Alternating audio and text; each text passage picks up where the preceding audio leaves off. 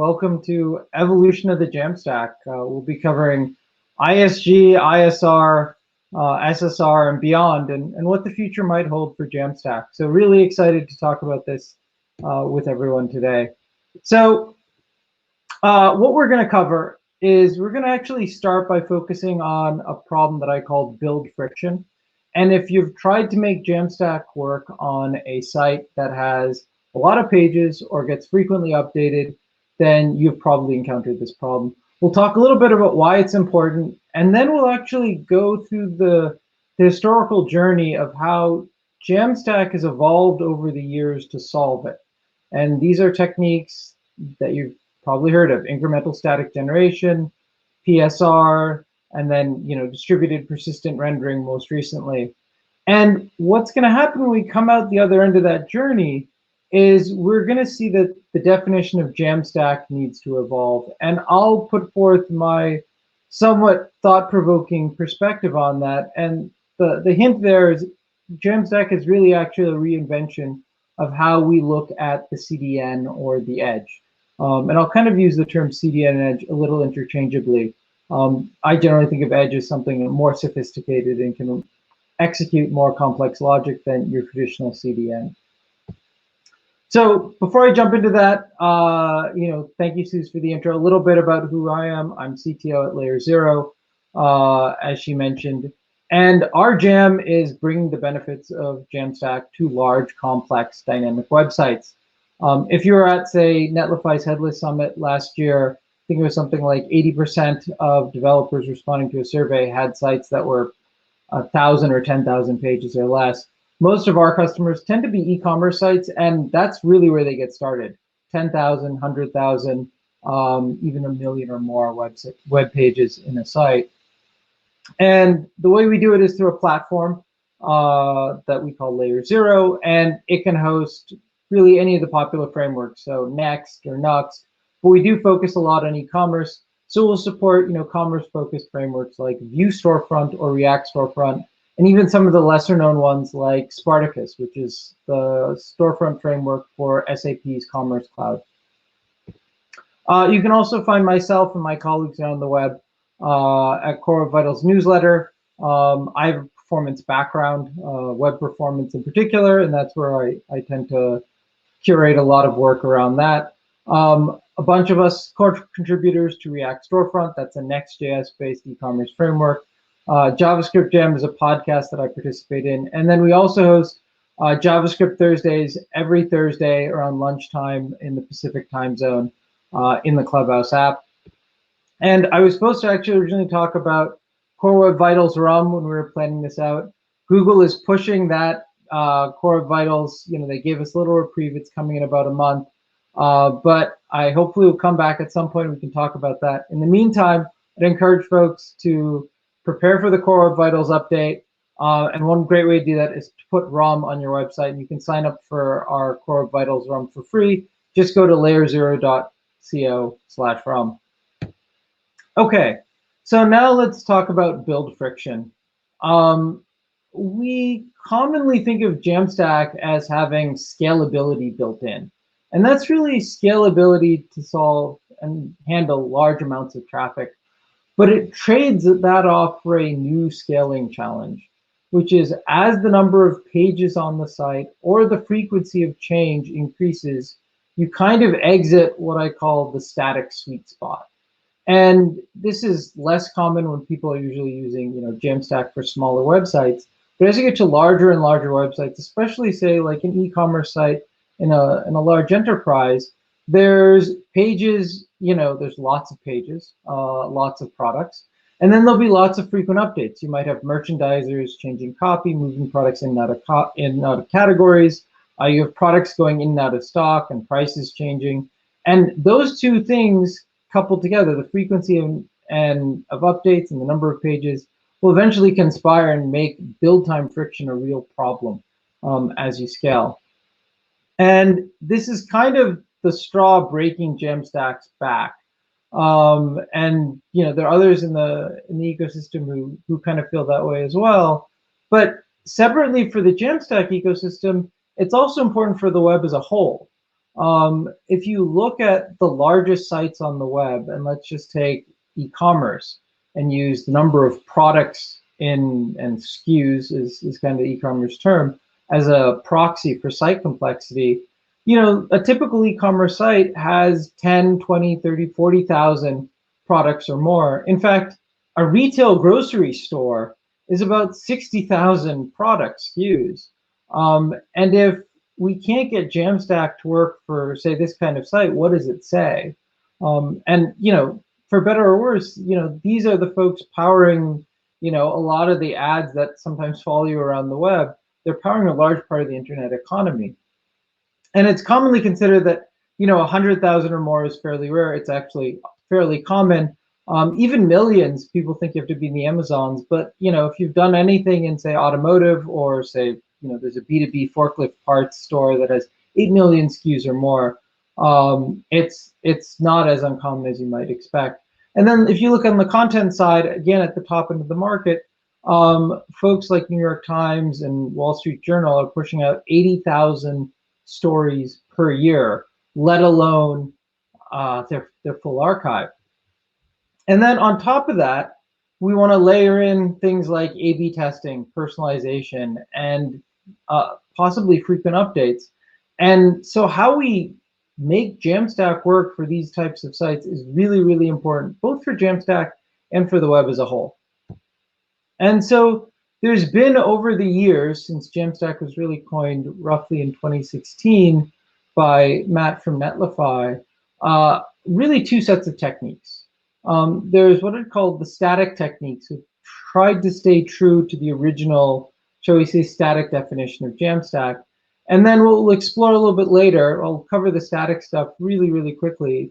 And we'll go into more depth on the dynamic techniques and kind of chart the progress as we slowly introduced more dynamic nature and servers into the Jamstack equation in order to solve this build friction problem. So let's talk about the static techniques. So the first, one of the early things people tried was just, hey, let's make our builds faster and reduce that build time and build friction that way. And there's a couple ways you can do that. First way is, incremental builds. You save your build artifacts and you only regenerate what's changed.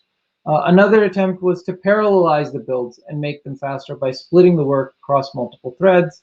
Again, Netlify actually led the way. They had a Gatsby parallel runner, which was really great, especially for things like images. Another technique was sharding. Basically, take your site and split it into smaller sub-sites that can rebuild independently. So an example of this is you might put your blog and the e-commerce site on separate sub-sites and let those build and operate independently, and then stitch them together, maybe through the use of a CDN. Another attempt was to actually start exploring natively coded static site generators. Written, say, for example, Hugo, written in Go, or NIFT, written in C++, because they report better build times. In fact, Smashing Magazine, one of the first sites to go Jamstack, actually uses Hugo, or at least used Hugo when they did the transition, because its build times were so great. These are all good options, and they do scale up to a certain point. But at a certain point, even with tens of thousands of pages, you start getting more and more build time. And then there's also this potential question of excess cost. If you have a website, again, say an e-commerce site or a content site, most of those pages are following a power law in terms of traffic. All your traffic is clustered into, say, 80% of your traffic is clustered into, say, 20% of your pages. But if you rebuild all of every single one of your pages every time there's a change, that's potential excess CPU time, which could translate into potential excess cost as well, in addition to simply the delays it introduces to your processes. Another approach to solve this that folks explored was client-side rendering, and you might know this as the app shell or the SPA fallback model. And the way this would work is you would have some routing layer, typically your CDN or your application server, that would take all the incoming URLs and map them to a single piece of content. And that piece of content would really be an HTML page that includes client-side JavaScript and app shell with a router that would fetch the content once the page was loaded into the browser and then displays the dynamic content in the browser. Now, some considerations that people need to keep in mind for client-side rendering and why it kind of fell away is, the first is it may negatively impact performance. It can take especially a long time to download JavaScript code, parse, then execute, then have that JavaScript fetch the API data, and then finally display the content. In fact, byte for byte, Adi Osmani is famous for saying byte for byte, JavaScript can be the most costly asset you can send in terms of performance. And he has a great post I'd recommend folks check out called The Cost of JavaScript. Another concern is SEO. These client-side rendered pages can't always be read and interpreted by some bots. And then finally, you need some CDN provider support in order to map all these pages down. The Jamstack platforms, Netlify, Vercells, and ourselves do offer some way to do this very easily out of the box. But gradually what evolved over the years was a realization that for truly large websites, we needed something more. We needed what I call the dynamic techniques. And the first inkling of this that was probably the most popular that I saw was Phil Hawksworth from Netlify had a post in CSS Tricks in September of 2019 where he called it static first, and it was the Vlolly experiment. And what it was it allowed a user to go to a web page, fill out a form and describe and send a virtual lollipop to some other user. And the entire illustration of this was to show you could still get the benefits of Jamstack and static, but piecing it together with a couple of other tools using an architecture that looks like this. And so the way it worked was the user would submit a HTML form, which would go to a Netlify function, which under the hood was an AWS Lambda. And that would be submitted to this function, which would then save the lolly data into a database. And at the same time, it would trigger a site rebuild, so a static site generation, to now incorporate that dynamic version of the data. And one nice benefit of this is because they're rebuilding the entire site, you get to preserve these concepts of atomicity that make Jamstack easy to reason about. If a request came in for an unbuilt lolly, it would fall back to a function, a different function, and that function would actually just go and dynamically pull that particular lolly's data from the database. And then once the build is complete, or it was a request for a pre-built version of the lolly, it would be served by the static CDN. A few months later, basically about 8 months or so later, in April 2020, we had Next.js and Vercel really take the Vlolly example, which is really a proof of concept, and it required a bunch of coordination to make work, and really productize it in an Apple-like manner to make it really easy for developers to use by plugging the framework and the infrastructure together, such that for a developer, all you really need to do is just basically export a function, and you could automatically get a very similar setup. And they call this incremental static generation. And here's the RFC that was published on GitHub. It was released a few months later. And what the Next.js folks use is their version of the Vlolly. And in their case, it was what they called the static tweet. And rather than virtual lollipops, they were using tweets. To illustrate the point, they're not going to go and statically build every single possible tweet. They're going to let you be able to build these pages on demand in response to user requests. And the way the static tweet example worked is it basically just displayed the content of a requested tweet. So under the hood, as a user, when the browser requests a new page that hadn't yet been visited, the CDN would return a universal fallback page with some placeholder data. In the case of the static tweet example, it's a series of skeletons. And then while that fallback is being displayed to the user, that page's build process just for that page is being run. And when that build completes, two things happen. First is that the static fallback page will pull in the JSON data and do a client-side transition and present that page to the user. And then future visits actually get the statically built HTML server-side rendered version of that page. So it's almost like you get the best of both worlds. And then later they introduced something called static regeneration, or ISR. And the way to think about this simply is that incremental static generation lets you generate new static pages in response to traffic. What incremental static regeneration does is it lets you update your static pages in response to traffic. So maybe a product has changed in terms of its availability, or maybe its price. This lets you update that as the site lifecycle continues without having to do a full rebuild. And the way it works is it serves a stale version of the page instead of that placeholder fallback. It was really inspired by a caching strategy called stale while validate, which basically would be whenever a CDN gets a request, it would just serve up whatever cached version it has, but then it would still at the same time simultaneously fetch a new version, so any future requests are up to date.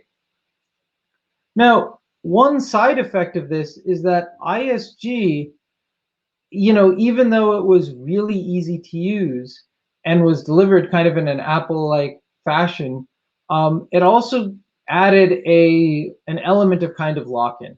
ISG is almost a product of both your framework and your infrastructure. And to understand that, let's go through how it actually works if you were to try to implement it, say, raw in AWS. So the first thing that happens is, you get a request from the user for, say, a product. It's going to hit your CDN. Your CDN will check its edge cache.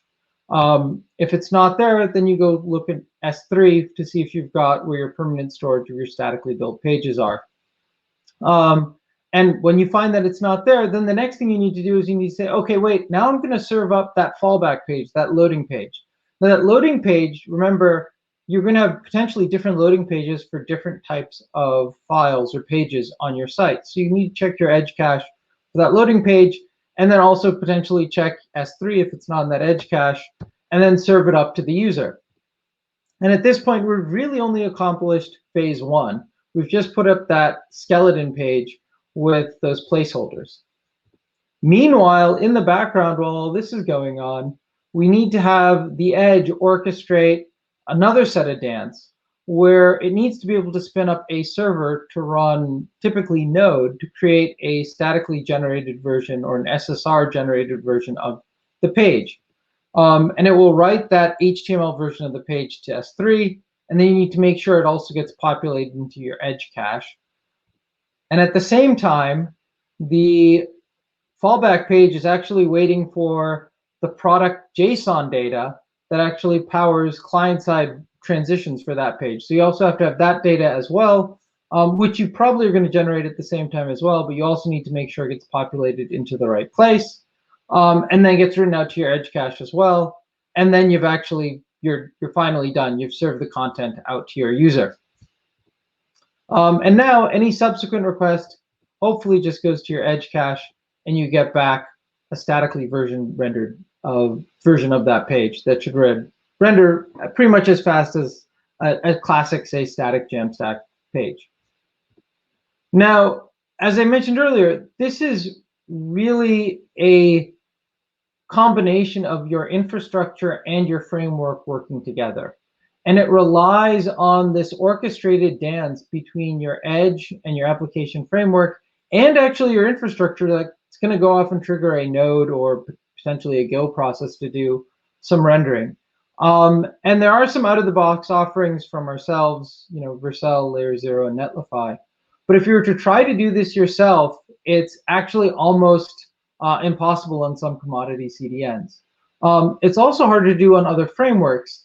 Although when we implemented ISG into our platform, we showed a proof of concept in one of the episodes, the first episode actually of JavaScript Jam, of ISG working on Nuxt.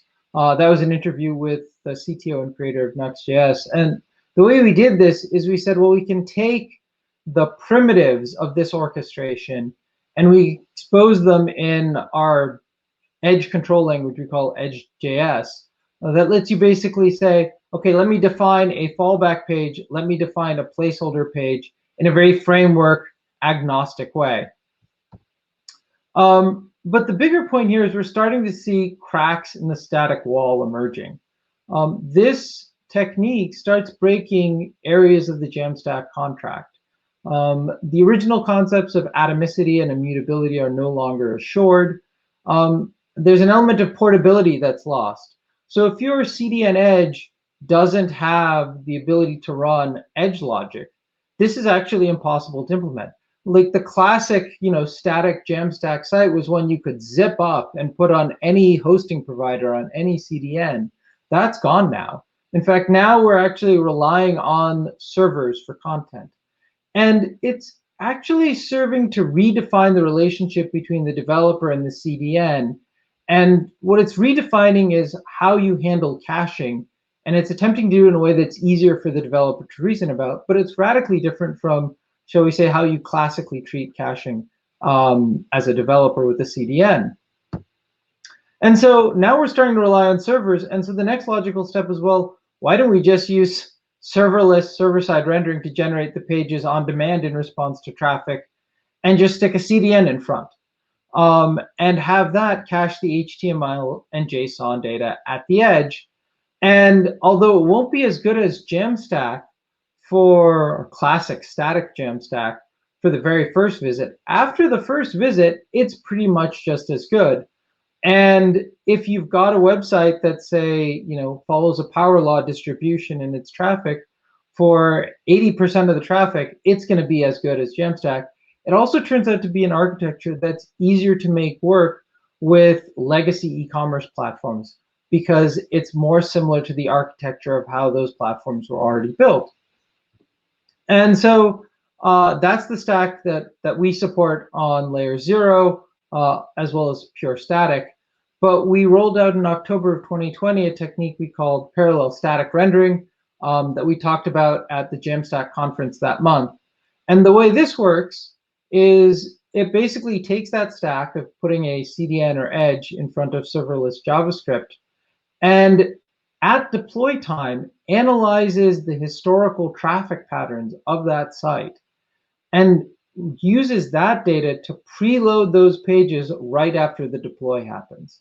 So now if a request comes in and it hasn't yet been built yet, then the serverless JavaScript code will actually build that page in response to traffic. But at the same time, while there's no traffic coming in, we will start building versions of the page or of the site that are the most popular, or to maximize cache hits or to minimize cache misses. And the end result here is it decouples the build time from the deploy time. You can now deploy immediately all the time and then just wait for the deploys, whether they're 5 or 15 minutes or however many minutes it's going to take, and then know that eventually you'll get the equivalent of Jamstack level performance. And so here's an example of that built into the platform. Right after the deploy has happened, it goes through an additional phase that happens right after and starts pre-rendering out all the products. But during this entire phase, if any requests come in, the user will still get valid pages and valid traffic. And finally, that takes us to distributed persistent rendering. In April of 2021, just last month, that was introduced by Netlify. And to their credit, they're very upfront that they've been inspired by a lot of the things that came before, including ISG, ISR, even going back to, in some sense, the Vlolly example that came from Phil at Netlify. And the way distributed persistent rendering, or DPR, works is basically at build time, you generate a subset of your pages, and those get propagated up to the CDN or edge. And then another set of your pages use a DPR function. In the case of Netlify, it's something they call an on-demand builder to render the page on demand. And you'll be forgiven for feeling like it's very similar to ISG and ISR. There are some differences at the edge, which is that they don't support fallback pages and they don't support stow or validate. And their argument here is they want to preserve the immutability and atomicity of deploys that made the Jamstack easier to reason about from the beginning. I'll be honest that from my point of view, I think it's a little bit at the margin, those concerns, but I certainly respect where they're coming from. And they published an example of using DPR. In their case, it's very similar to kind of the static tweet or the Vlolly. In this case, it was a breaking news example. And the way you would do this on Netlify with their on-demand builders is you basically expose a Netlify function, and then you use their redirects file to map traffic onto that function, and they'll guarantee some level of caching around that. The important thing here, though, is that we've come a long way from 2016 when Jamstack was first coined. If you go back and you look at posts from that era, you'll see statements like the one in the bottom right that basically say that SSR, Jamstack runs against all that is isomorphic JavaScript. And I'm old enough to remember back when Jamstack.org, and old enough means more than a year old, said that isomorphic rendering, SSR, was not Jamstack. But clearly we've evolved beyond our anti-server roots when you look at what's happened with ISG, ISR, and now DPR. But the question is, evolved into what exactly? And Brian, one of the co-hosts of today, wrote a really great article with his explanation of what he thinks we're evolving into, at least into 2021. But I'll give you my thought-provoking take on this. And the way to reason about this is to start from first principles. What are the Jamstack benefits, and where do they come from?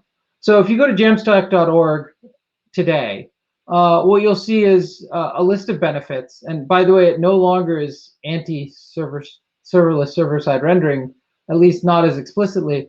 But the key benefits are performance, security, scalability, and developer experience. And so let's break those down. And why does Jamstack actually make those easier? Well, it makes those easier because they became someone else's problem. In most cases, they became the problem of the edge provider or the CDN provider or your API provider. And I mean they became someone else's problem, and we shifted those problems in a good way. Jason Langsdorff at Netlify had a great statement, which was that anytime you add something to your stack or add complexity, you're basically giving PagerDuty a reason to page you in the middle of the night. And you don't want that. You want PagerDuty to page somebody else. You want it to page the edge provider so they wake up and you can keep on sleeping or working on your website. So let's go through these benefits. Performance. Performance really relies on the edge for serving data as quickly as possible. So this became the edge provider's problem. In addition, what these techniques have done is added new orchestration models that require integration between the framework and the edge, like as we saw with ISG, that are this complex dance that give developers a new way to reason about the edge and the CDN in a way that they haven't done traditionally. Security. So typically we say Jamstack sites are more secure, and that's because the edge is more secure. We've shifted that responsibility onto the edge and potentially also shifted onto underlying API providers, depending on where those APIs are exposed. Scalability. Again, the person who's going to get paged in the middle of the night about scalability is going to be the edge or CDN provider. And that's, I'll be honest, not easy. If you've had any experience, running varnished servers like we have, there is work involved there, but it's abstracted away, so you as a front-end developer don't have to worry about it. And in fact, it's done in a way that it's zero DevOps. So if your APIs, for example, are powered by AWS Lambda functions, then again, the PagerDuty going off in the middle of the night is for them, not for you, to make sure those functions are available and keep running. So you have zero DevOps, you don't need a backend developer. And then developer experience. This is partly about just better tooling, and again, the atomicity and immutability and those other principles that came out of the Jamstack that made the site easier to reason about. It's also about being able to do more with less, without having to have a backend engineer anymore. And it's also about giving you a new way to reason about the edge in a way that's integrated into your framework. So what comes out of this is that the edge really is the linchpin in the Jamstack. And Matt was actually really upfront about this in 2016 when he coined this term. This is his presentation from Smashing Conference. And you can see right there, you can see the edge of the CDN plays a very outsized role. And there's a lot of kind of orchestration, at least at build time back then, now at runtime, to make this all work and make sure the edge gets populated properly. And the challenge has been, we've had CDNs for decades now, but what was happening was that the edge was really underutilized infrastructure. So back in 2020, there was a debate between WordPress Matt and Netlify Matt at the Jamstack conference, moderated by Chris Coyier. And Matt took the WordPress Matt, took the take. But I think a lot of folks knew the ecosystem take and say, well, just put a CDN in front of WordPress and it's just as good. And Netlify Matt made a really good point. He said, I've run the benchmarks, and people typically don't cache their HTML at the edge. And he's absolutely right. It's totally possible to cache a dynamic page. And I've gone through this personally with clients in a previous company, where we told them, you could take your dynamic web page, and if you just did the following things to it, take the user-specific content and maybe late loaded that, and the non-user-specific content, and cache that, and let that be cached, you could serve this page entirely from the edge, and it would be a lot faster, and you don't have to worry about the database. But very few people do it. It's actually really hard to make work, especially given the way CDNs are managed typically today. And so if you think about it, static was really a Jedi mind trick. It was a Jedi mind trick to make you write your page such that it could be served by the edge. But it doesn't mean that it needs to necessarily be static in order to make it be served from the edge. There are ways to do that with dynamic pages as well. The reason people don't do that is because it's hard to manage the CDN, especially in a large website. And typically, the CDN actually isn't even exposed to the developer, other than maybe cache control headers. And as we've previously seen going through ISG, ISR, and DPR, these are new ways to reason about the edge that are more developer friendly than what's come before. And we've actually repeated this analysis that Netlify did, and we looked at the IR 500, the Internet Retailers 500 top e-commerce sites, and we found that for assets, that is JPEGs and images, or JavaScript and CSS, the stuff that rarely changes, very easy to cache. But when you get to things that change, the page URLs or the API data that powers the website, the things that are actually the linchpin of the waterfall, the very first request, those are rarely cached because people are hesitant about managing the change involved in those pages and still keeping and making those pages and content dynamic. But it is possible to do that if you give people the right tools. That's something we've done with our edge control language we call Edge.js. And so if you take a step back, what falls out is these Jamstack benefits really rests on two pillars. It rests on serving data from the edge and front-end developer empowerment. So you don't have to do, manage servers, and you don't have to worry about DevOps, and you don't need a back-end engineer. And so my contention is you can take those pillars and then go the other way and redefine what Jamstack is. Because if you get the same benefits, well, maybe it walks like a duck, maybe it quacks like a duck, well, maybe then it's a duck. And maybe it's fair to call these other architectures Jamstack if they meet these principles. And so what falls out is that Jamstack really isn't binary, it's a spectrum. And anything can be on this spectrum as long as it meets those principles of front-end developer empowerment, or the data, that the data is being served from the edge. So an example would be serverless computing, where you don't have to manage any servers and there's no DevOps. And then serving data from the edge can be accomplished through proper cache management to get as close as possible to, say, the static Jamstack cache hit rates. And the static itself is really just a red herring. It doesn't really matter how the data gets to the edge. It's just that it's being served from the edge itself. And just what do I mean by proper cache management?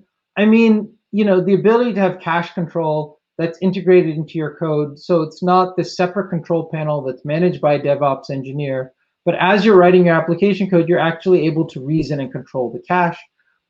We like to do it in layer 0 through a technique we call Edge.js.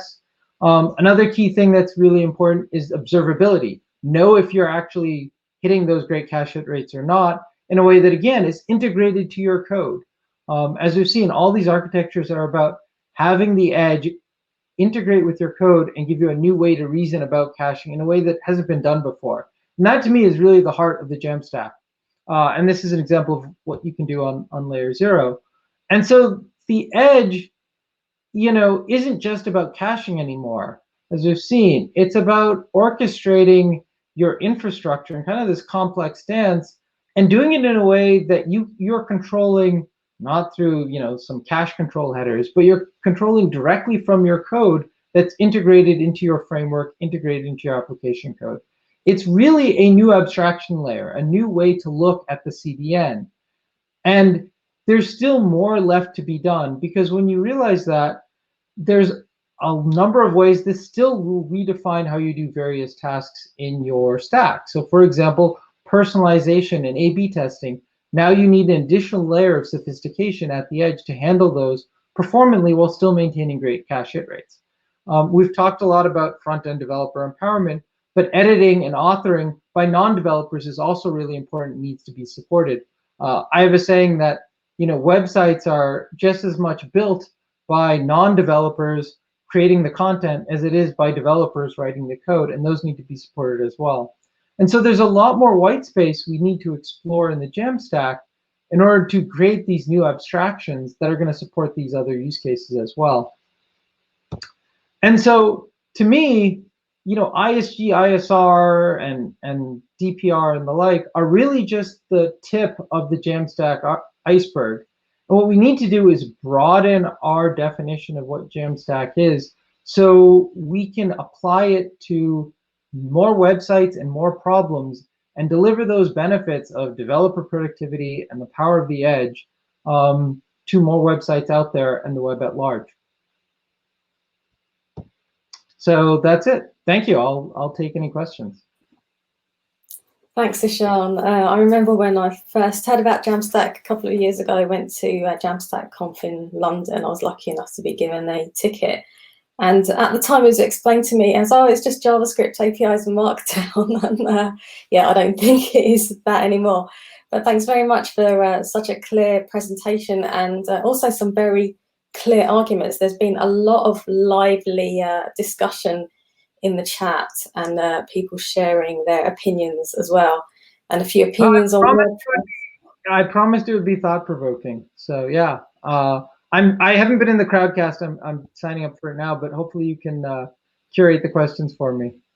I will do that. Yeah, there've been a few questions, and what I want to say to folks as well is you've got plenty of time. So if you folks have got any other questions that haven't already been asked in the Q&A that I'm about to read out, then please type them in and we will get to them.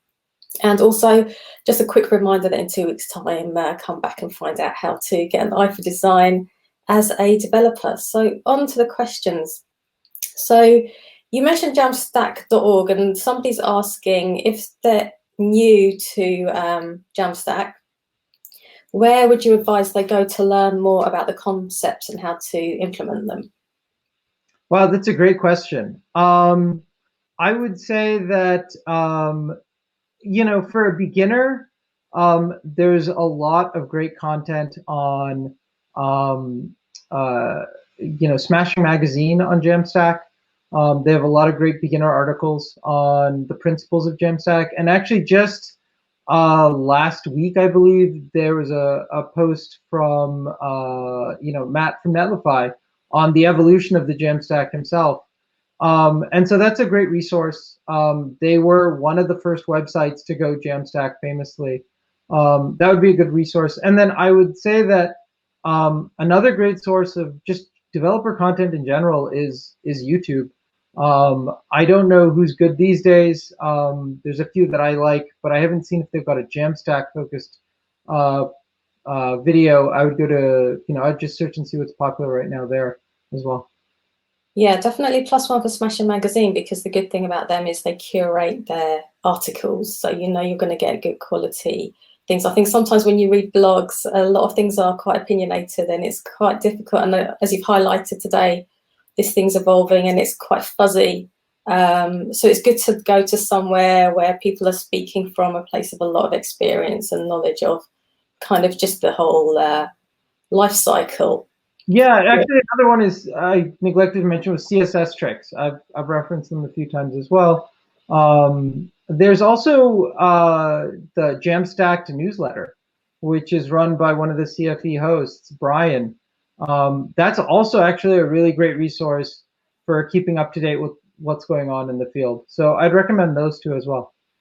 Yeah, good point. And also somebody in the chat has pointed out there's some Jamstack meetups. So Jamstack Toronto. And at the moment, a lot of meetups have gone online. So definitely go and check out and see if there's any folks running online events where you can learn more about Jamstack. That's actually a great call out. You can find those on jamstack.org, which is why I neglected to mention them. Another place we often discuss the Jamstack I mentioned on JavaScript Jam as well as on our JavaScript Thursdays. Yeah, and if folks want to just kind of have a little gentle intro to just static sites, you can just go and set up your own static site using, like you mentioned, Hugo earlier, or you can go on GitHub and make a Jekyll and GitHub Pages site, and that's quite a sort of a gentle intro before you start adding on all these different things and really digging deep into Jamstack. So yeah, I do want to actually take a step back though on that question to get to the 5 why below that, which is if you're new to the Jamstack, if you're new to development, I certainly stand by what I talked about as places you can go to. But if you're coming from another place, the core argument I have in this talk was that you could get to Jamstack or close to Jamstack without throwing away everything you've already learned. If you are using the CDN or Edge properly, and you say something like serverless server-side rendering, those are completely legitimate ways to go in terms of Jamstack. And the one warning I would say is that a lot of the content, especially the older content, is very focused on static, and perhaps overly so. I think what we'll see, or we've seen actually over the years as we went through that history, is we've been slowly at the edges chipping away at various parts of the original definition of Jamstack.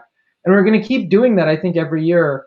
What I'm trying to do is present a definition that I think will last hopefully a decade and will apply Jamstack to a broader set of websites. So it may be you already know what you need to know to do Jamstack. What you really need to improve is just how you serve data from the edge in the architecture you might be coming from.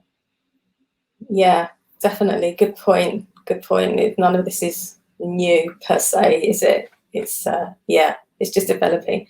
So you talked about breaking the Jamstack contract, and somebody had commented when you were talking about ISR breaking atomic and immutability, and they didn't quite catch that. Would you mind just going over that again briefly about the immutability and the breaking the contract? Yeah, so I think there's a little bit of discussion about that in the DPR RFC from the folks at Netlify. The way I understand it, it's this idea that when you have a deploy, it's easier to reason about because you know nothing about that deploy is going to change over time. It's very easy when you roll back, you know what that deploy is going to be. There should be no hesitation when you deploy something as to how it's actually going to behave. You shouldn't feel any fear pushing the deploy button trigger because you've already looked at it. You shouldn't have any fear rolling back. You'll know exactly what its state is going to be. And their feeling is that if I understand correctly, things like stale or validate violate that because over time it isn't the same as what you deployed. What you say, if you roll back, you might get a different version of that content than what you would have gotten if ISR had come in and regenerated parts of that content. I will be, as I alluded to, honest that I feel like it's a little bit at the margins. I think there's enough levels of close to atomicity and close to immutability in techniques like ISG and ISR, or even just classic CDN in front of serverless server-side rendering if you've got the right controls in place to clear the cache appropriately.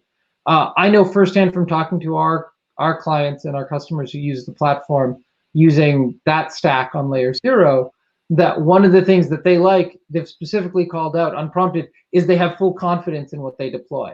And I think you can do that in other ways that maybe don't quite dogmatically adhere to atomicity and immutability, but that's my summary of that argument. they might be able to articulate it better than I can. Yeah, definitely. Okay, thanks for that. So we do have a couple more questions. I just want to remind folks we do have some more time. So if you do have any last minute questions, please type them in and we will get to them. So the next question is, what are your recommendations for those who went the client-side route? So in their case, it was React, and they can't invest in migrating to something like Next.js.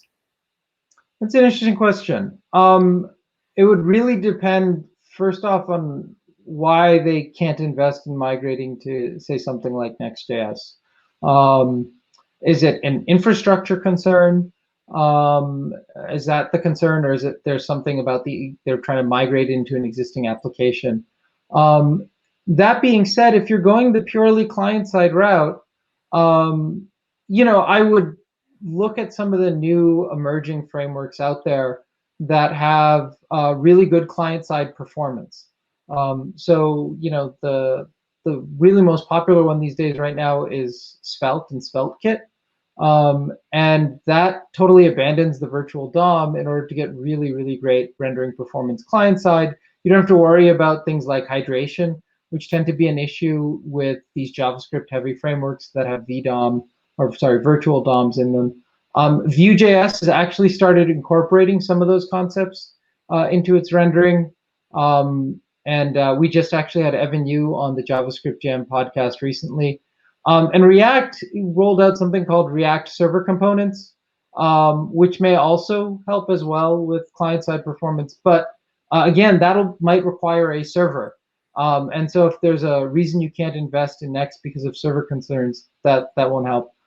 There are some few other frameworks that are also emerging. I would say Solid.js is very fascinating. It's got a React-like API and does really good client-side performance as well. That's also worth checking out. So I would look at those frameworks if you're going to go that route to get the best possible performance.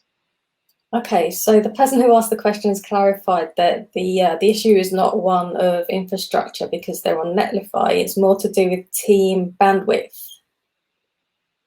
In terms of, yeah. Is that team like team capability to learn new technologies? Let's go with that.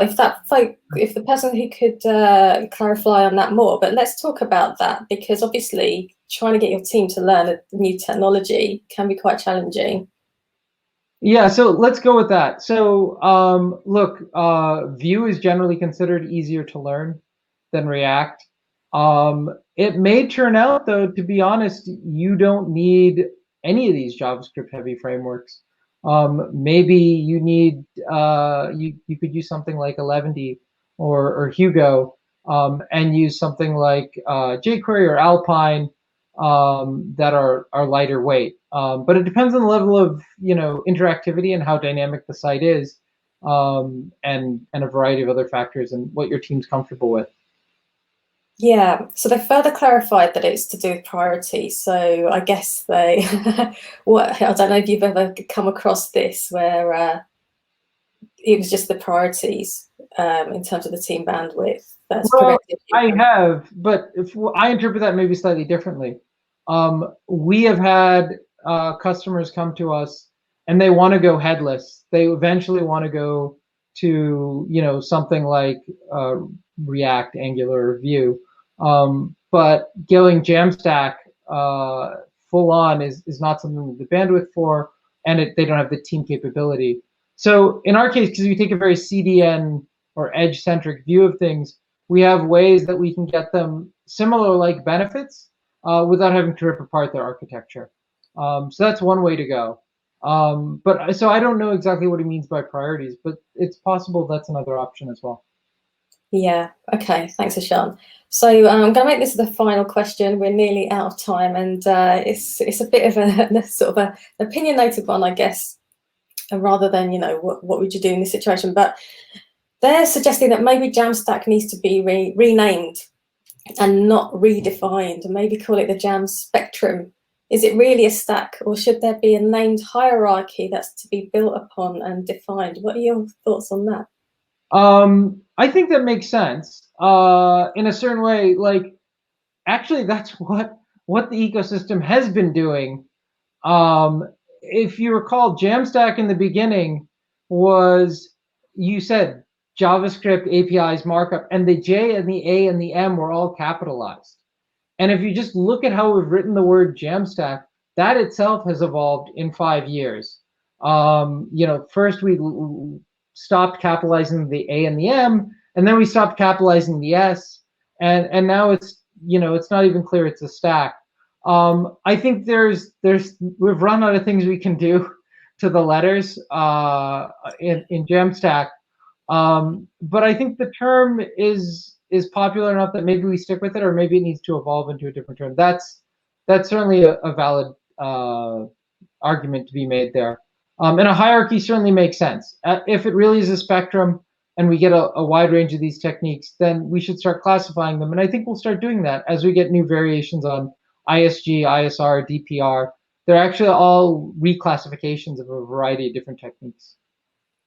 Yeah, no, you're right about the letters there. And the funny thing is that my autocorrect is still stuck with the J, A, M, and S in capitals, and I can't get it to change. So something doesn't want to let go of the past there. So that's us out of time. Thanks again, Ishan, for coming and speaking to us about that. Hopefully you'll come back again and tell us more about the evolution of Jamstack.